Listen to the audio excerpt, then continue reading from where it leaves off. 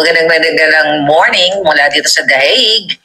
Ayan, kagigising, no? Kaya na pa pala kami gising. Pag ganon yung tulog namin, may jet lag pa rin at yung time zone.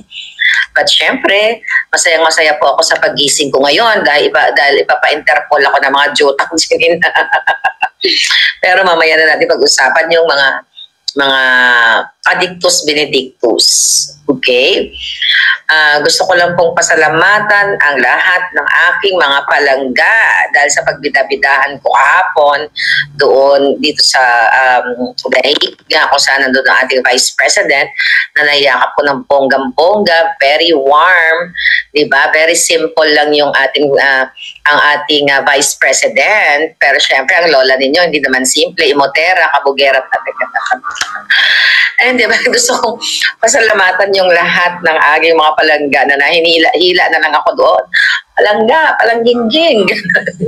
So, sa totoo lang, actually, talagang hindi rin ako 100% na parang masaya kasi dahil hindi ko kayo lahat. Ang dami pang gusto magpa-picture sa akin. Alam ko nag-travel kayo, pero hindi pa naman tapos. Maybe I'll be staying here in the Netherlands. Diba? Baka puntahan ko na baka magpakulong na ako sa ICC kasama si PRRD. Why not?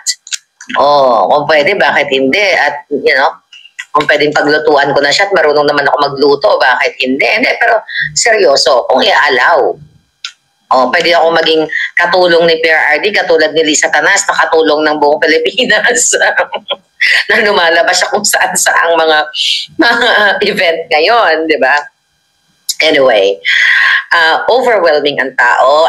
Ang estimate ko, mga maybe 5,000 to 6,000 Filipinos from different parts of Europe, not only mula sa Europa, kundi sa may America, like me, may Japan ako nakausap, si Mark, si Tita Linda, si Mark na nag-security force kay PRD, kay Inday Sara, na taga UAE, pabalik sila ngayon. Naku, I really appreciate talaga yung concern at pagbabantay din sa amin, sa akin. At talagang inassist mo kami hanggang Uber, nagkalito-lito na kami sa aming mga Uber service. But anyway, sobrang overwhelming po talaga. Naku, sana ma-witness ninyo kung paano talaga minamahal ang ating Vice President na anytime soon maging presidente nyo na, dahil nakikita natin yung mobilization genuinely ng taong bayan dyan sa Pilipinas at sa buong mundo. At kung talagang mga kababayan, kung nandoon kayo, ramdam nyo ako, sa totoo lang, nung first time ko nakita si Inday, kahit matapang ako, kinakabahan ako. Totoo yun. Kahit matapang ako ng bongga-bongga, kinakabahan ako, nagpita-pidahan lang ako, nalakasan ko lang yung loob ko. Pero yun na nga, masa starstruck ka talaga dahil, well, hindi siya butot, hindi siya mudlo. So, very warm ang kanyang personality. At yung mga Pilipino ko, mga palangga, talagang kumakahila naman kayo sa lola ninyo. Talagang kumakapagmaganda kayo. But I love you all.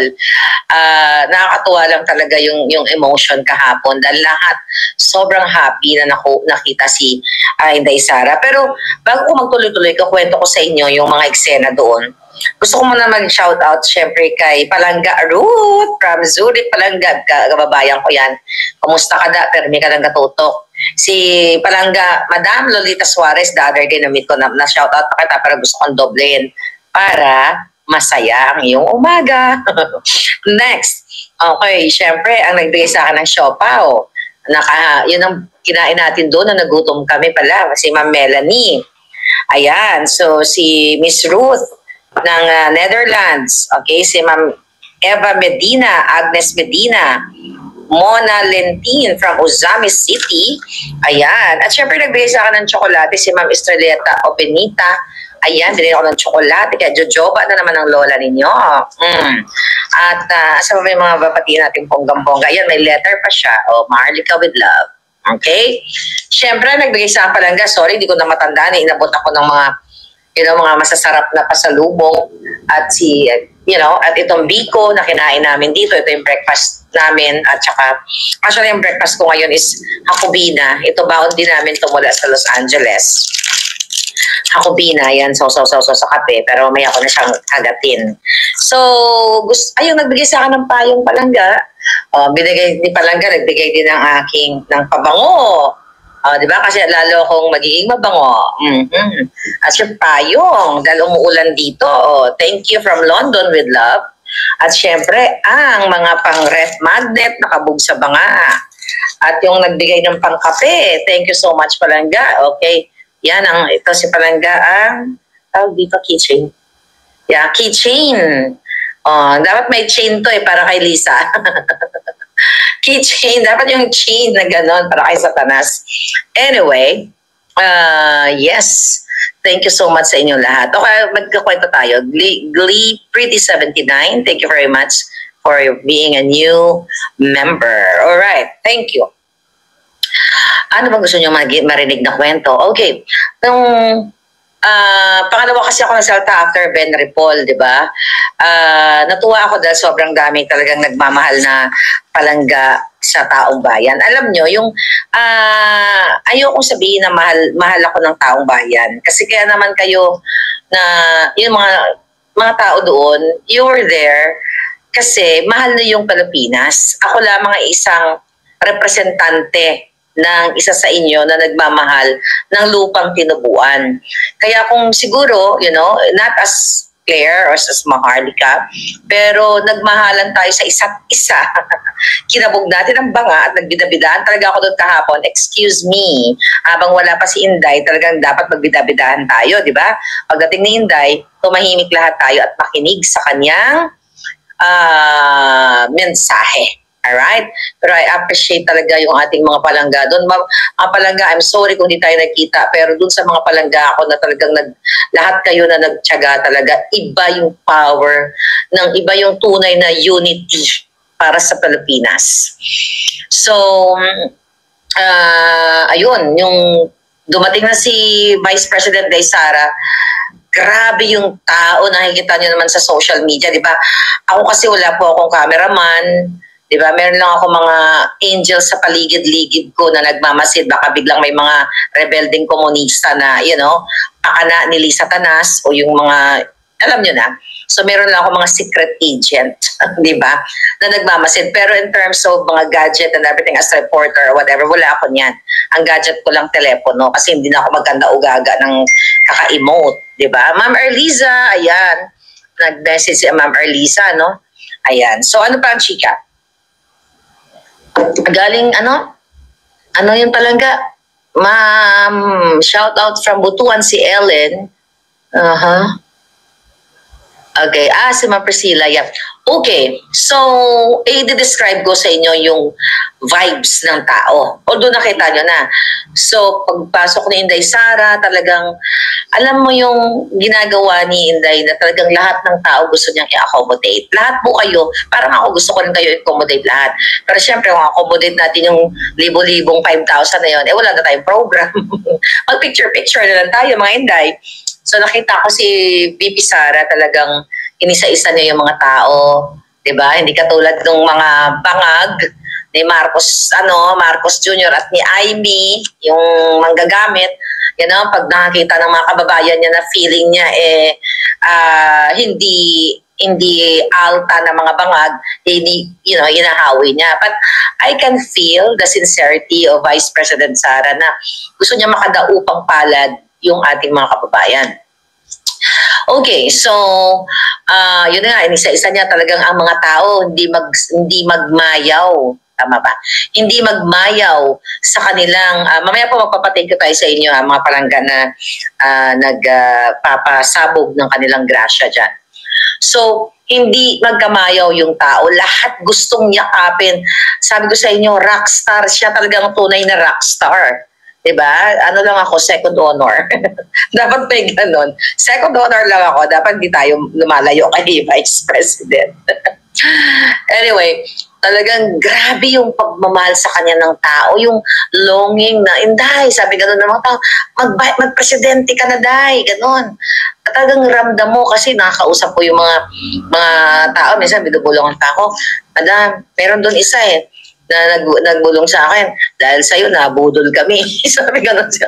Ako pa rin ang sinisisi, ikaw yung may kasalanan, hitad. Nakalimutan ko na yung pangalan niya. Hindi mo na-videoan yun palangga no? Sayang. Sabi sa akin, Hita, dahil sa'yo, nagbudol kami. Tapos sabi niya, okay lang, dito ka naman. May mga ganong bawi.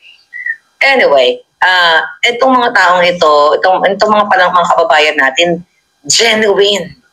Diba, sobra yung, ang daming Ilocano doon. Diba, nung nag-speech ako ng bonggang-bongga, ang daming mga Ilocano, yun ang una kong tinanong, marami pang Ilocano dito, ang daming nagsigawan, patunay ng nagmamahal kay Pangulong Duterte, hindi lang mga Davaoenyo o mga Bisaya na sinasabi ng mga kalaban natin, kundi mamamayang Pilipino at nakita ng international community kung paano talagang yakapin ang Pangulong Duterte at ang kanyang pamilya na pinadukot, na in-extract, inabdak ni Lee Satanas, ni Marcos Jr. at ang pakikipagsabwatan ng gobyernong Bangag. So ngayon, kayong mga yawa kayong mga jutang, pitkon ko mga itlog ninyo mga bangag na yan, nakita nyo ngayon kung gaano mahalin ng taong bayan ang Pangulong Duterte at kanyang pamilya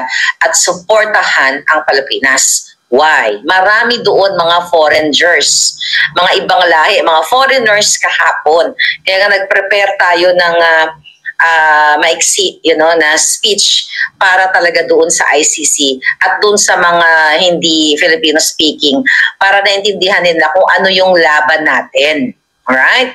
So ngayon, mga kababayan, and thank you sa aking palangga dito na tinulungan akong, mag-create ng short speech ng time na yon. Group effort, di ba? Group effort din yun, akala nyo. At least yung group effort natin, yung sentimiento namin para sa ang ginagawa kay Pangulong Duterte. Hindi yung group effort na mag-extra ka, katulad ng gusto nilang gawin sa atin lahat na gusto tayong gurgurin. So, yes, mag-comment na kayo dyan mga palangga ha. Okay, mamaya magpapasalamat ako sa inyong bonggang-bongga lahat kayo. Teka, tignan ko muna. Sino yung mga nandoon kahapon? Good morning, sunshine, sabi ni Girlie. Okay. Jet lag ba? Jet lag. Di ako nakatulog ng pero okay lang. Di ba? Mga 3 hours na yung mga tulog namin dito. Actually, kasi magkaiba ng time zone. So ngayon, yung mga Pilipino, mga palangga ko kahapon, grabe nakakaiyak na nakakatuwa silang panoorin. So, ayun na nga, pinagkakagulan na si Inday. Kaya ang lola ninyo, tumabi-tabi muna, magpasintabi ka muna. Di ba? Kaya ang pictorial ko, ay teka, mag-focus muna tayo kay Vice President. Hindi ako ang bida dito. Siya ang bida dito. So, yun, naglakad ng palangga. So, paano ba? So, pumunta na siya sa stage, tapos pumunta ako sa harapan. So, malampak talaga ako ng bonggang-bongga sa lupa para makapture ko. Ang problema, naputol yung mga live namin. I don't know, baka may padala naman si Lee Satanas na jumper, not jumper, what do you call that? Jammer. Diba? Yung jumperin natin. Jammer, okay? Naputol-putol, di ba, yung ating live. At saka, yun na nga, wala naman akong dalang cameraman o professional na magaganon talaga. So, marami naman nakapag-live, so that's okay. So, naputol. So, I'm recording. Nag-record pala ako, pero kaka-post ko lang. Parang 48 years bago ma-upload. So, marami akong mga videos na kuha, pero 48 years pa siguro ninyo maghihintay. Alright, so ito na. Wala kaming alam mo, yung event na yon is short notice. Lahat naman nun short notice dito dahil unang-una wala namang resources dito ang Vice President. Kumpara at least sa Pilipinas, marami talagang tayo yun, bayan natin yun na gusto magtulong-tulong. Aba, yung stage is platform lang yun na ginawa-gawa. Okay lang yun. Nung pagdating nga ni Inday, ni Vice President, nakita ako, nagmamasid lang ako, nakita ko yung mga security forces, nakita ko, sabi ko, nakikiramdam lang ako, hindi ako nag-ingay doon. Dahil maingay na ako sa vlog, tapos epal pa ako doon. Hello, ayoko naman umaga ng mga eksena ninyo. So nakikita ako mga hitad, nagkuha ng bangko si Kateki, no? May mga assistant doon, hindi. Natatakot ako na kasi yung upuan is plastic. Anytime, baka kung ako tumayo doon, bagsak agad ako doon. Pero anyway, magaling din si Inday. Nung binibitbit na yung upuan, nag-worry ako sa kasi baka biglang bumagsak, di ba? Hindi gagamitin na naman yung mga jutang ginimis na pangbabash sa ating Vice President. Pero si Inday, dahil tama, alam mo, ang tawag doon ay diskarte. Kaya like ko sinasabi, ang taong madiskarte, di ba? Lalo na kung madiskarte at matalino, panalo ka talaga. Pero yung diskarte niya, yung upuan, hindi siya nagtumayo dun sa gitna. Tumayo siya dun sa pinaka-tukod. Tukod ang tawag doon. Basta tukod yun sa Amon, sa Bisaya. Yung paa ng upuan, di ba ganyan? Tumayo siya dun para nga matibay nga naman. Pero tinitignan ko. Sayang mo lang may naka-video. Tinitignan ko talaga yung upuan niya. I swear to God, na nakaganon ako, sabi ko baka malagdag ko si Inday or ganon ba? Tinitignan ko yung mga tornilyo, kung may tornilyo man yung bangko, doon ako nakatutok. Kasi baka ako anytime, maano siya, di sisigaw, oy, Kateki, babagsak. Although, may nakahawak. Okay. So, ano yung nagre-represent doon? Yung hindi preparado na, hindi ginastosan ng bonggang-bongga, yung event na yon. Ibig sabihin, impromptu lahat. At dito nyo makikita na ang Vice President, walang arte-arte, mas maarte pa nga ako sa kanya. Di ba? Mas bida-bidahan pa ako sa kanya. Walang arte-arte. Tumayo siya doon, tapos para ma-approach siya, makita niya yung taong bayan. At ayun, nagsalita siya. Well, naka-rubber shoes naman si Inday. So, okay lang. Ako kasi hindi ako pwede mag-rubber shoes. Kasi makikita niyo yung height ko. Di ba? Hindi, tsaka hindi bagay sa outfit. Di ba? Dapat binabagayan yung outfit. Pero sila, dahil matangkad siya, walk up like this naman yun. Kahit anong gawin nun, walk up like this. Di ba? Dahil una-una matangkad, makinis, hindi formally inspired yung Feslak, katulad ni Palaka, oh my God, kakainis. Here. So, yung mga tao sa likod na nararamdaman ko talagang sila, talagang yung wish talaga nila na matapos na yung kabangagan sa Pilipinas. Pero yun nga, during sa speech ni Inday, I think 30 plus, almost an hour yung kanyang speech.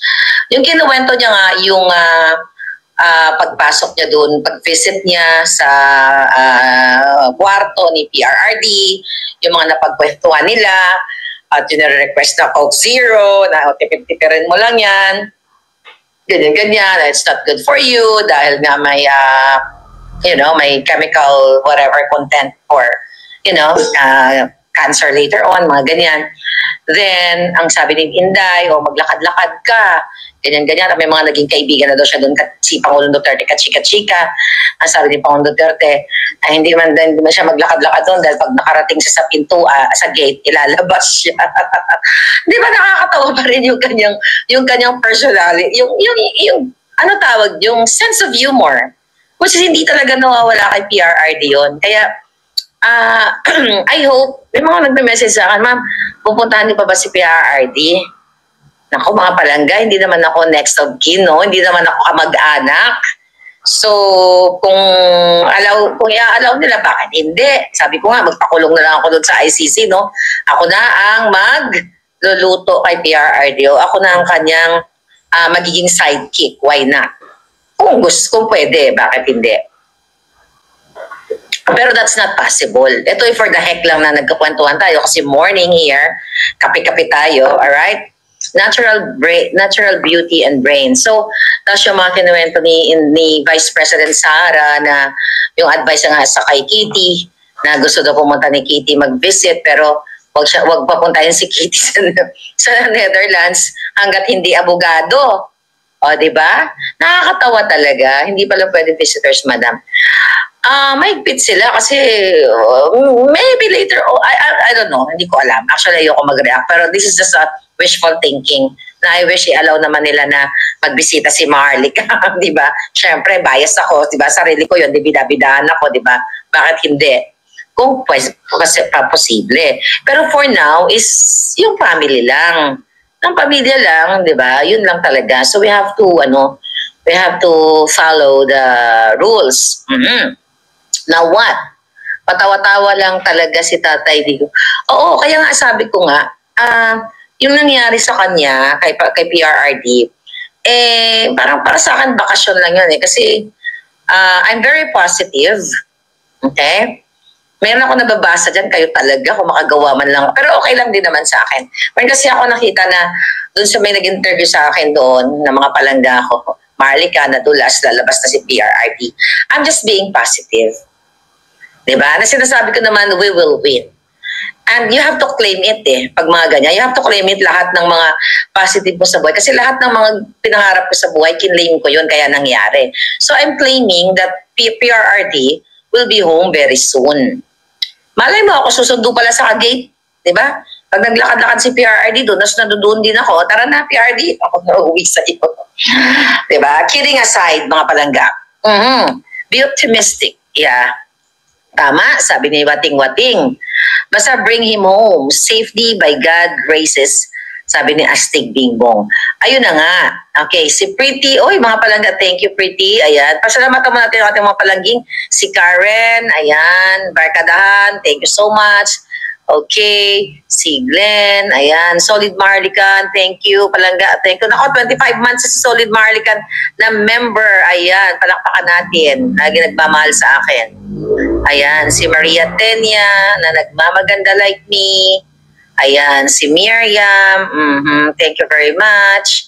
Ayan, ang mga palangging-ging, si Karen, si Annalina, si Jethro. Ay, nako palangga. Thank you si Kampong Chica na laging nandiyan kay lola niya. Okay, ngayon, thank you so much.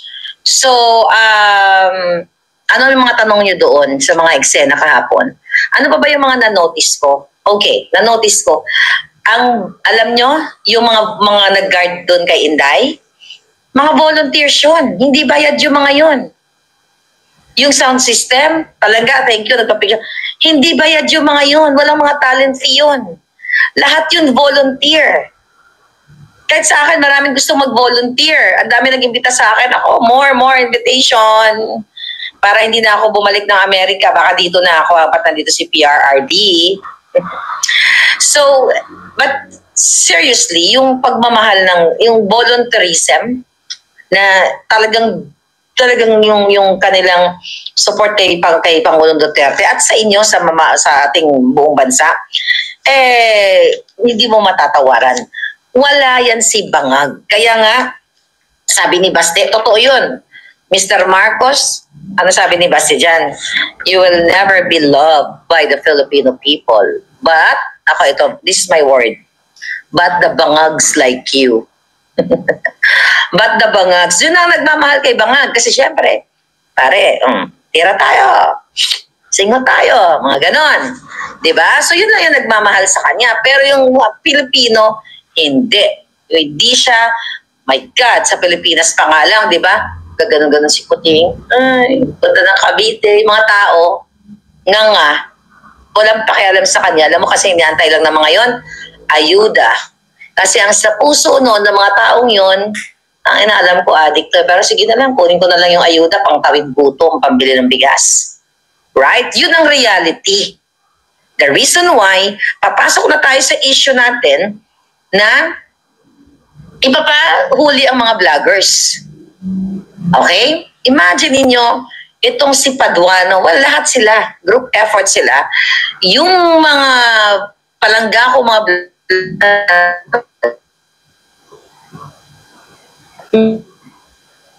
at nag-post o nag-criticize doon sa traidor ko mo sa Kongreso, Toy, ba't nawala ako? Ba't pinitsura ko dyan? Para akong si Lisa. That's, ba't ganyan? Bakit nagbabuffer? I'm good. Okay. Anyway, imagine nyo mga kababayan, kailangan yung gisingin ng inyong diwa kahit anong kulay ng inyong politika. Because this is not about politics. Dahil ako, di man ako politikong tao. Kasi kung politiko ako, hindi nyo ako nakikita dito nagdadakdak na laban sa mga bangag. Kasi ang karamihan, hindi naman lahat, karamihan sa mga, hindi katulad ni Inday. Di ba? Kung yan ay politikong para lang sa pangangawat, hindi yan magsasalita laban sa mga bangag, sa mga ginagawa ng bangag. Magsasubmit na lang yan. At makikipagkunsyabahan na, o sige, hindi naman ako magsasalita. Punitive na, ito, project ko, bigyan mo ako ng confidential fund na ganito. Basta magkakampi tayo sa pagnanakaw. So, ang ibig ko sabihin, mga kababayan, talagang ang ginagawa nila panggigipit ang ginagawa ng gobyerno na kapag ikaw ay nagsalita ka after I think nandito, no? Tignan na exact word ng mga yawa, mga nami pang anohon. Ano sabi ng mga honghang? Okay. So ngayon, saan ba yung message sa akin ni Palangging? Alright. Oh, okay. So here we go.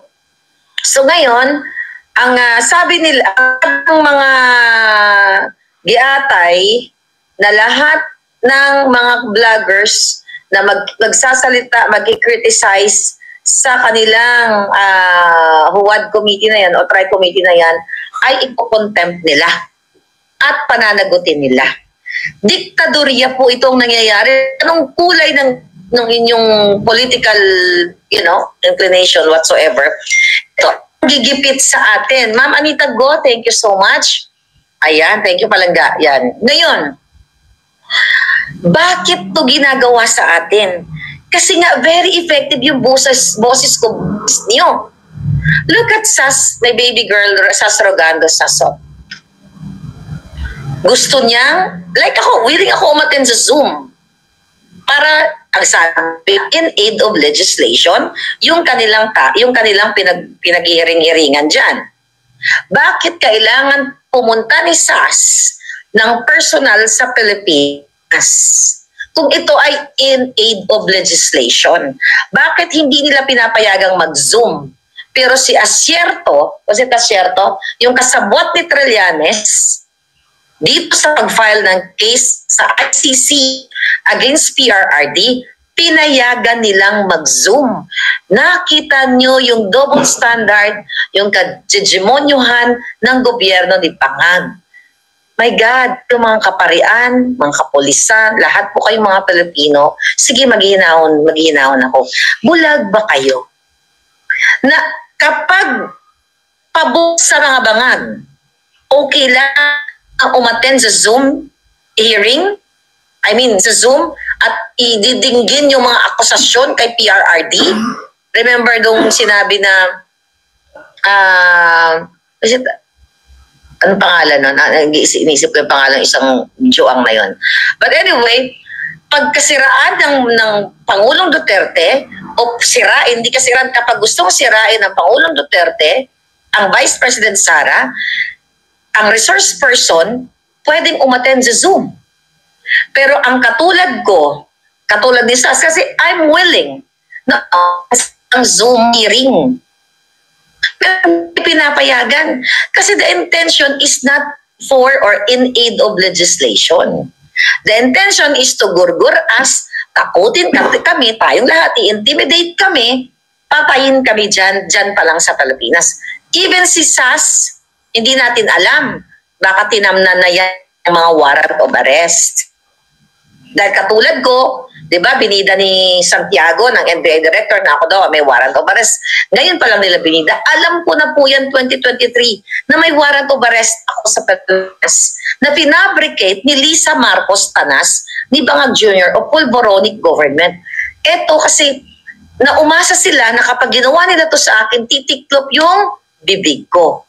Kaso hindi nila na-anticipate o hindi nila natansya na isang maharlika na dating sumusuporta sa kanila ay hindi nagpasindak sa kanilang mga intimidation until sabi ko nga, hanggang sa huling hininga o huling patak ng alindog ko.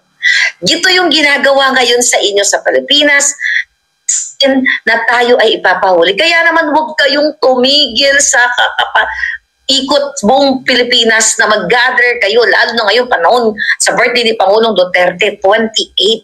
Kailangan natin mag-ingay sa buong mundo. Mga kababayan, nanap ko lang yung message, yung bago nilang ulat ng mga Jotang Ginimes. Alright, tignan natin. Okay. Alright, so ito. Ang sabi nito ng NBI, balita. Hindi ligtas sa pananagutan ng mga Pilipino hindi ligtas sa pananagutan ang mga Pilipino sa ibang bansa na nagpapakalat ng fake news. Mga kababayan, ulitin natin, ang numerong unang nagpapakalat ng fake news ay ang Pulboronic government. Tignan nyo yung senior ko dyan na galing kay SAS, na ang nagla-like kay Lisa Tanas, kay Marcos Jr. ay mga Vietnamese or mga taga-Africa or whatever, mga troll account. Tapos tayo pagbibintangan, baliktad po ang mundo na ngayon. Kasi gano'n naman, ang mga bangag, yung may mga saltik, tamang hinalayan. Ang utak ng isang taong sunog na sa ipinagbabawal na gamot o ipinagbabawal na pulburon, wala na po sa tamang kaisipan. Ang tingin nila sa sarili nila sila yung tama. Lahat kayo dito na mga medical personnel o yung doctor na may idea sa psych di ba? Psych nursing. Ang mga juang, sorry po, yung mga biktima kasi, I'm just referring sa mga pulboronic. Ayoko maka-offend dun sa mga biktima ng, ng mga nagkaroon ng problem, mental challenge dahil sa kung ano man. Pero I'm just talking dito sa na katulad ng mga bangag. Iyang mga yan, you know that. Ang tingin nila sa ating mga normal na tao, tayo yung may something, right? Tayo yung may something, pero sila yung juang. Ito ngayon ang ginagawa ng bangag na gobyerno. Ang sabi nito ni Santiago ng NBI na tinatakot-takot ang lecheng ito. Ito, ang sabi niya, hindi ligtas sa pananagutan ang mga Pilipino sa ibang bansa na nagpapakalat ng fake news. Ito ang tiniyak ng National Bureau of Investigation sa gitna ng patuloy na pagkalat ng mga maling impormasyon mula sa Pinoy abroad. Imagine nyo, abala itong mga buwaka ng inang ito sa kahahanting sa Pilipino all over the world para daw panagutin sa fake news. Ang daming krimen single day sa Pilipinas. Yung mga kinasangkutan ng mga politikong kawatan, yung mga krimen, prostitusyon, yung name it, lahat na. Alam nyo na yung kung ano yung mga krimen na nangyayari sa Pilipinas. Yung resources ng pera ng bayan, imbis na gamitin para tayo magkaroon ng peaceful street sa buong Pilipinas, yan dapat inuubos ng gobyernong jutang din ng bangag na ito, pero uubusin sa mga Pilipino daw na nagpapakalat ng fake news. This is very Liza Tanas. Ang nire-refer kasi din news, it's not really fake news. Ito yung mga ini-expose ko natin na kabangagan ni Marcos Jr., yung kidnapping. Naalarma sila, nakarating sa akin. China, panoorin nyo, na nag-expose na si Lisa Marcos at si Marcos Jr.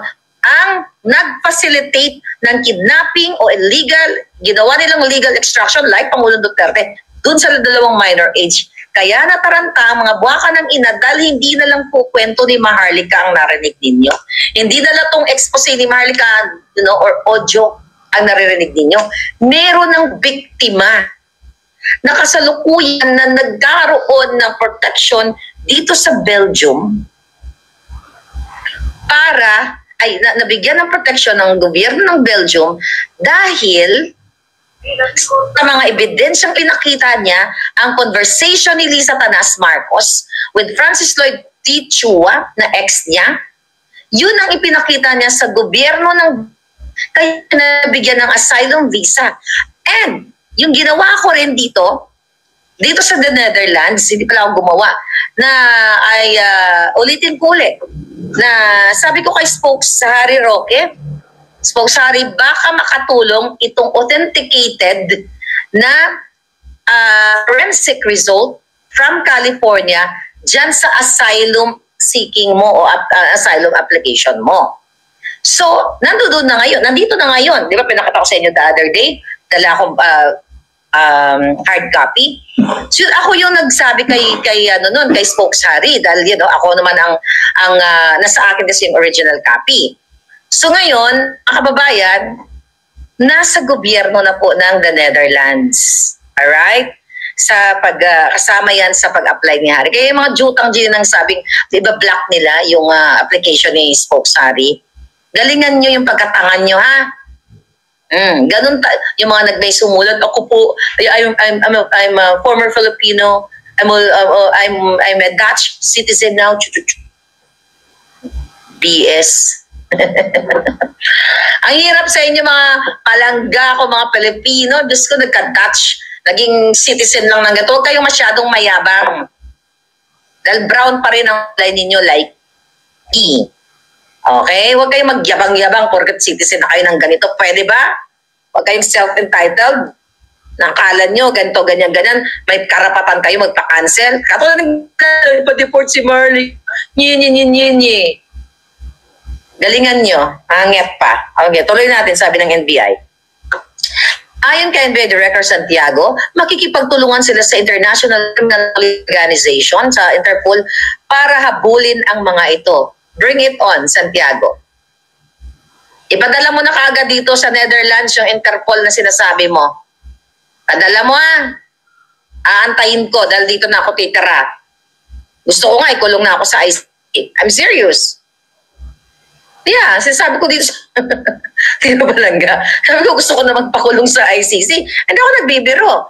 Basta katabi ko si Pangulo, magkatabi kami ng, hindi nagkatulungan, kwarto. Kasi alaw nila ako magluto doon, paglutuan ko silang lahat.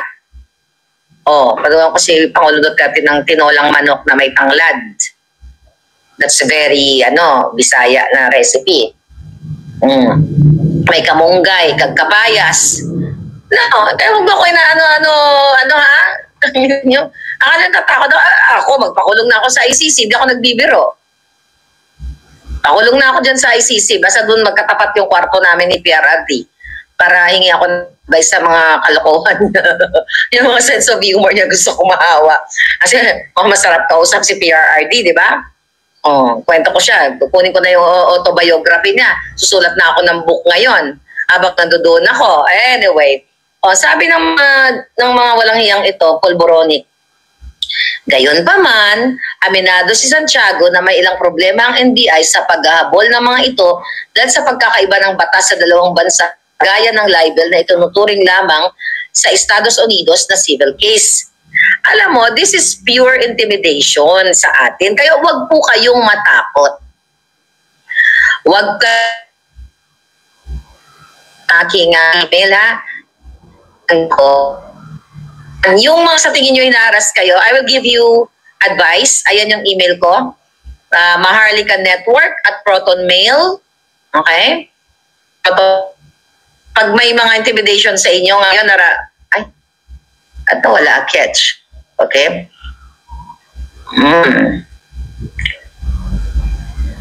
Ayan. Nandiyan pa ba ako? Ano nangyari? Maharlika, nagkadula-dula na si Inday Giatay. So, ngayon, mga kababayan, pag in-intimidate kayo, what the heck? Sorry.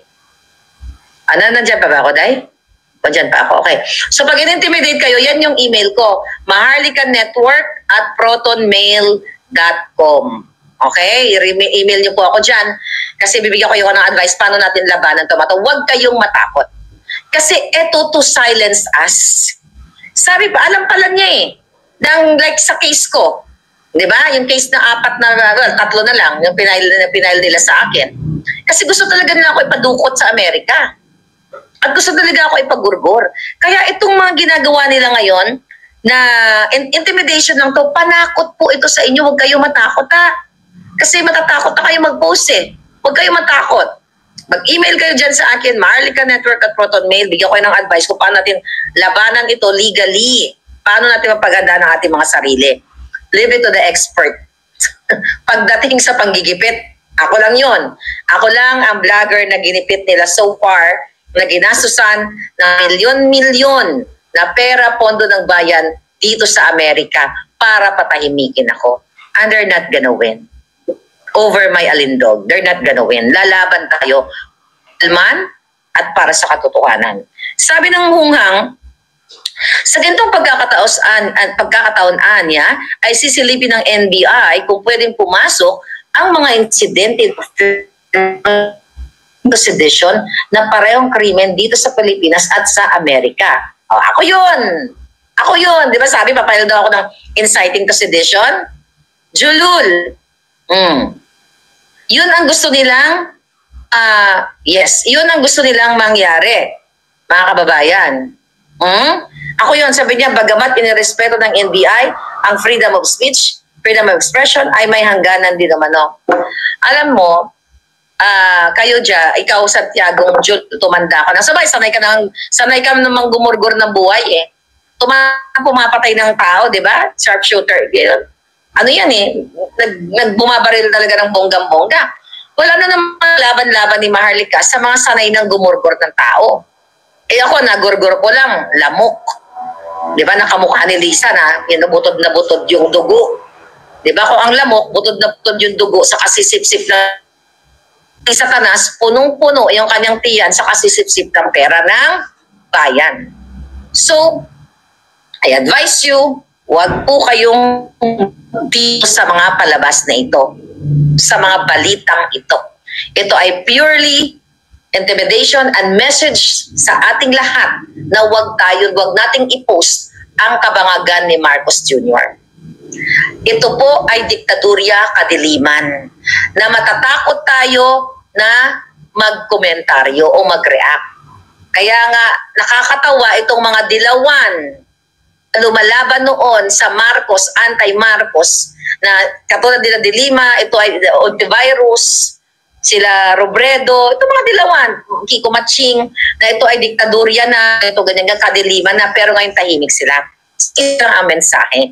Ang dilawan, pulawan, equals bangagan. Ibig sabihin, they're not for the Filipino people, but for their vested interests. Kung saan komportable sa kanila at nagbibigay ng pabor ang isang gobyerno ng bangag, tatahimik sila. Kasi pera-pera sila at sila sa personal na interest. Kasi mga palangga, gusto ko lang i-reiterate sa inyo na ang Maharlika ay hindi politiko. Hindi ako marunong maglaro na kung sinong nakaupo, sinong malapit sa luwag, sa sandok, sa ulan, ay magkakapera. Dahil nakita nyo naman, malalaking tao po ang lumapit sa akin nung ako ay nandyan sa Pilipinas. Nag-elbow to elbow, marami yan. Yun ang iba, hindi yun nakikita. Mga private meeting. Para magpalakas kay Lisa Tanas. Para ilapit ko kay Lisa Tanas. Kung pera lang ang gusto ni Maharlika, tangay na, wala na tayo ngayon sa sa pakikipaglaban natin. Anti-Duterte na rin ako ngayon.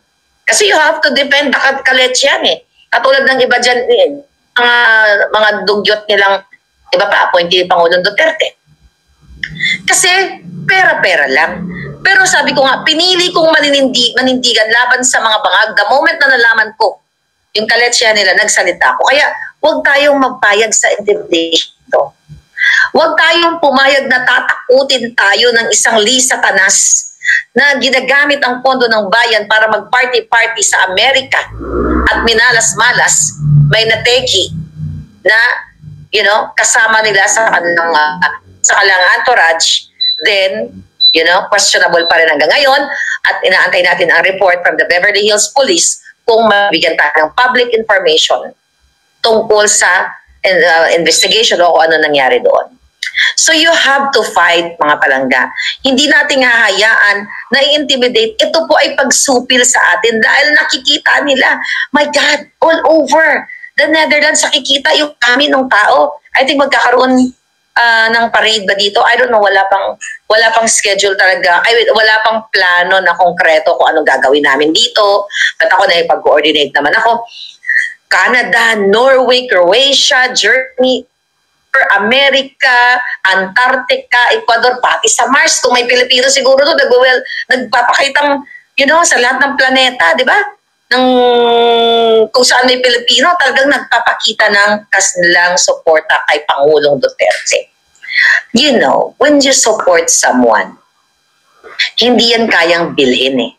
Kasi sabi ko nga, nararamdaman yan dito sa puso. Yung mga Pilipino kahapon dito, ramdam mo yung kanilang pagod, hirap, masakit, katulad ko kahapon. Di ba, ang iba, nirarayuma. Anong sabi sa akin? Miss Marlica, yung gano'n, may si tita, masakit, nag-ikiang-kiang pa nga si tita. Sabi Ilongga, sabi niya, nag-ikiang-kiang nga yung word niya. Ang ko, pero alam ko nandito ka, tsaka supportan ko si PRRD. Sabi pa nga, binulungan pa nga ako, hindi ka pa pwedeng pumasok doon, sabi niya ng gano'n. At may si PRRD, sabi ko, ako talaga, sabi ko naman, tita, papasok ako doon. Hindi gusto mong ma-technical tayo ng bonggang-bongga. So, yung love ng tao talaga, iba. You have to attend para ma-feel nyo. Kaya kami dito, sa akin mga Navy SEAL from Antarctica. Narentahan ko to from Antarctica. Hindi sila mula Amerika or Pilipinas. Galing sila sa Antarctica. Narentahan ko ng ang binayad ko sa kanila is Kubina. So, ayan, alam mo, pag nagkaroon ka ng kaibigan, palangga, your speed. Ganito kami magkakaibigan, Tiyan mo, sinilbihan na naman ako ng pansit kanto. Ito na naman ang breakfast namin, my God. Hindi kami lumas sa restaurant for breakfast. Kasi talagang, grabe, Europa, Ito na lang, Wala na kasi yung kaibigan namin, May kaibigan kasi kaming, Imotera, nung unang travel namin, kailangan kami nagbe-breakfast sa labas. So ngayon, dahil ito, tipid-tipid kami, so pansit kanto na lang ang aming favorite. Masarap naman yan, nakasanayan ko naman pagkain yan. So, so ito yun. Ano pa yung question nyo? Ma'am, si Tatay Digong, may tanong kayo kahapon? Mari, pero gusto kong pasalamatan. Oy, King! Yung si King, nag-vlog doon, sabi niya sa akin, Miss Marlica, ako yung nakaka-capture kay Maris Umali nung tinanong niya si E.S. Midaldea. Ako yun. Oy, King, thank you. At basta ang dami nyo. Sorry kung isa-isang pasalamatan, but I love you guys. Talagang kinere-kere niyo alindog ko. Yung iba doon, talagang nagyakap pa talaga kami. Pero alam nyo, ako naman, hindi naman tayo katulad ng mga Marcos ba nakala ninyo. Akala nila sila Diyos at hindi mo mahawakan. Cowboy ako. Sabi ko sa mga kaibigan ko, wala lang kasi kaming sasakyan, so nag-Uber kami. Siyempre, I have to take care of myself. Dahil may padala ng... in-extract nila ako eh. Yung mga hindi nakapagpa-picture sa akin, ito si Sino, itong mga Navy SEAL ko. Sila yung nag-extract sa akin, ayoko pa umuwi. Bakla, sabi gano'n sa Han, umuwi ka na at baka matira ka ng mga dito, mga wala naman tayo, wala kang bodyguard, ganyan na katulad ng mga ng mga Navy SEAL mo sa California. Pero meron naman akong 2 paligid-ligid. Di ba? Sabi niya, extract na kita. Gusto ko pa magpa-picture. Medyo hapon na rin. Gusto ko talaga. So, in-extract nila ako ng bonggang-bongga. Pero makikita pa naman tayo eh. Nandito lang naman ako sa Netherlands. O, di ba? And thank you, may mga kaibigan ka nagmamahal sa'yo at talagang nakakataba ng puso. The same thing na pagmamahal kay Inday, at least man lang nakita ko yung talagang support kay Vice President Sara at kay PRRD. So nakakataba ng, alam mo, sabi ko nga sa kanila, hindi kami nagsisi na nag-fly kami from America kasi historic to mga palangga. Very historical itong nangyayari ngayon sa kay Pangulong Duterte. Parte tayo ng history. Na imagine mo, pagising nyo bukas, si Bagag, na-over-D na. Remy, you're there. Ayun pala yung sinasabi ko, kaibigan, nagpakita. Wala na kasi kaming Amex eh. Wala na kasi kaming Amex na unlimited. Amex, kaya hindi kami makapag-breakfast. Baka naman dyan. Ayan, nagpakita yung kaibigan namin na bonggang-bongga. Ito yung kaibigan namin yan. Ate, mag-breakfast tayo. Bibili tayo. Tapos yung isang tinapay, kunyari isa lang, bibili niya 10. Kaloka yan eh. Anyway, yes, very organic talaga. Hi, Belle. Alam ko baka magselos naman ang isa dyan. At sama natin si Let. Although di naman nanonood yung mga bisi-bisihan. Ngayon sila. Okay. Lumabas sa balita, sabi daw, ano daw? Palangga lumabas sa balita. Langga lumabas sa balita. Ang sabi daw si VP Sara na mag-resign daw si Marcos, hindi naman si Inday VP nagsabi. Sabi ni Joy, okay, I will answer that. Okay? Thank you, Joy. Okay. Tinwist na naman nila yung balita. Ay, Commander Aguila, mamaya magkita tayo. Ayan, si Commander Aguila, magkita. Text kita palang after ko mag-yaw-yaw. So, okay. Ikwento ko yung konteksto no na. Ang konteksto no, nagsisigaw yung mga tao. Marcos bangag. Marcos bangag. Marcos resign. O ano sabi ni Inday doon? Hindi ako nagsabi niyan. Kayo nagsabi niyan. Alright? Ngayon, may sinabi doon si Inday tungkol sa pagpupulburon. Ang eksakto sinabi ni Inday, at hanapin ko lang, I think nandito yon. Excuse mo ha. Ang sinabi ng ating Inday ng buhay ko, kaya mo, talagang gusto talaga tayo. Ang dami mga